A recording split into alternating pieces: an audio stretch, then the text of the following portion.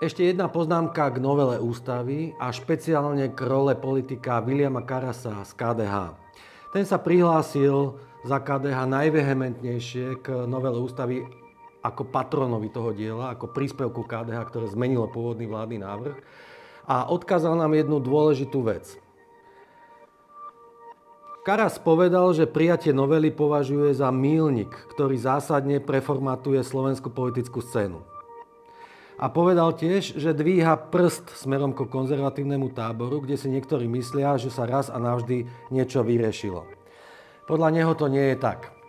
Viliam Karas je zaujímavý politik, má však jedno veľmi slabé miesto. Veľmi ľahko mení názory. Po prvom kole prezidentských volieb sa fotil s Ivanom Korčokom a Miriam Lexmanovou, usmiatý a nadšený z Korčokovho úspechu v prvom kole. Po druhom kole, o týždeň neskôr, keď Korčok prehral, kritizoval Karas KDH, že priveľmi podporoval Korčoka. Dnes sa hlási ku konzervatívnej agende, ktorá bola úspešná, ale keď bol ministrom vo Hegerovej vláde, tak presadil niečo na spôsob registrovaných partnerstiev. Tie našťastie potom úradnícka vláda zrušila. Karas dokonca vtedy prekročil ešte jednu čiaru. Presviečal niektorých slovenských biskupov, aby lobovali za tento jeho návrh medzi kresťanskými poslancami v parlamente. Čo nikdy žiadny politik KDH neurobil. Sú veci cirkevné a sú veci politické. Karas túto hranicu vtedy prekročil.